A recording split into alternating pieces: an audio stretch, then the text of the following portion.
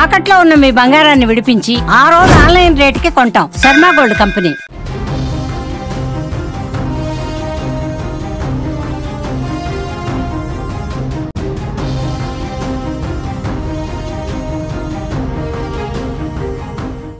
మీరు చూస్తున్నారు Suman TV live ప్రత్యక్ష ప్రసారం ద్వారా. పార్కింగ్ విషయంలో గొడవ జరిగితే చంపేస్తారా? ప్రాణానికి విలువ లేదా? చిన్న లొల్లికే ప్రాణం తీస్తారా? కూర్చొని మాట్లాడితే పరిష్కారం దొరికే గొడవకు విలువైన ప్రాణాలు తీయడం దేనికి? మనుషులకు ఎందుకింత క్రూరంగా మారుతున్నారు? అసలు గతంలో ఎన్నడూ చూడని విధంగా నిత్యం ఒకటే తరహా ఘటనలు వెలుగు చూస్తూ ఉన్నాయి. చిన్న వివాదాలకే చంపేస్తున్నారు. హైదరాబాద్లో జరిగిన ఓ దారుణం చూస్తే విస్మయానికి గురి చేస్తోంది.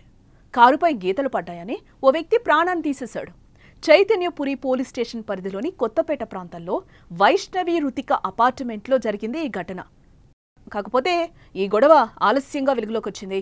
గండ్ర నాగిరెడ్డి 13 ఏళ్లుగా తన కుటుంబంతో కలిసి అదే అపార్ట్మెంట్లో నివాసం ఉంటున్నాడు. అయితే మే 21వ తేదీన అదే అపార్ట్మెంట్లోని ఫ్లాట్ నెంబర్ 402 402లో అద్దెకుంటున్న సూరి కామాక్షి ఇంటికి ఆ మల్లుడు కృష్ణా జీవాజీ వచ్చాడు.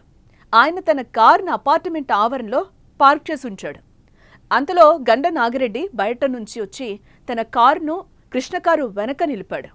కృష్ణా జీవాజీ తిరిగి వెళ్లేందుకు కిందికి రాగా తన కారుపై గీతలు కనిపించాయట. కారుపై గీతలు పడ్డానికి నాగిరెడ్డే కారణమని భావించిన జీవాజీ అతన్ని కిందకు పిలిపించి దాడి చేశాడు. ఈ దాడిలో గండ్ర నాగిరెడ్డి అక్కడికక్కడే కుప్పకూలి ప్రాణాలు వదిలేశాడు. ఈ హత్య జరిగిన 10 రోజుల తర్వాత ఆలస్యంగా వెలుగులోకి వచ్చింది. ఈ ఘటనపై పోలీసులు గోప్యత పాటించడంతో బయటకు రాలేదని తెలుస్తోంది. ఈ గొడవలో ప్రాణాలు కోల్పోయిన నాగిరెడ్డి ఉమ్మడి ఖమ్మం జిల్లా సత్తుపల్లి మండలం నారాయణపురం గ్రామానికి చెందినవాడుగా తెలుస్తోంది. నగరానికి వలస వచ్చి రియల్ ఎస్టేట్ వ్యాపారం చేస్తున్నాడు నాగిరెడ్డి. ఇప్పుడు ఊహించని విధంగా పార్కింగ్ గొడవలో ప్రాణాలు కోల్పోవడం అతడి కుటుంబాన్ని తీవ్ర విషాదం కమ్మేసింది.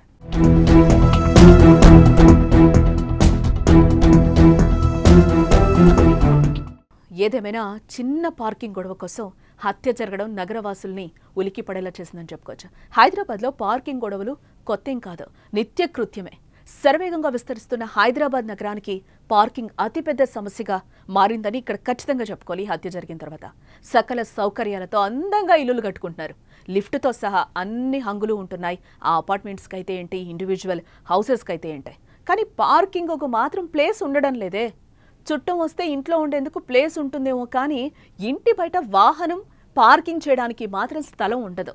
ఈ లోపలే మధ్యలో గొడవలు. ఎదురింట్లో వాళ్ళు, పక్కింట్లో వాళ్ళు అందరూ వచ్చి ఒకటే నానా హడావిడి గొడవలు. అందుకే పార్కింగ్ కోసం గొడవలు జరిగి ఇలా ప్రాణాలు పోతున్నాయని చెప్పుకోవచ్చు.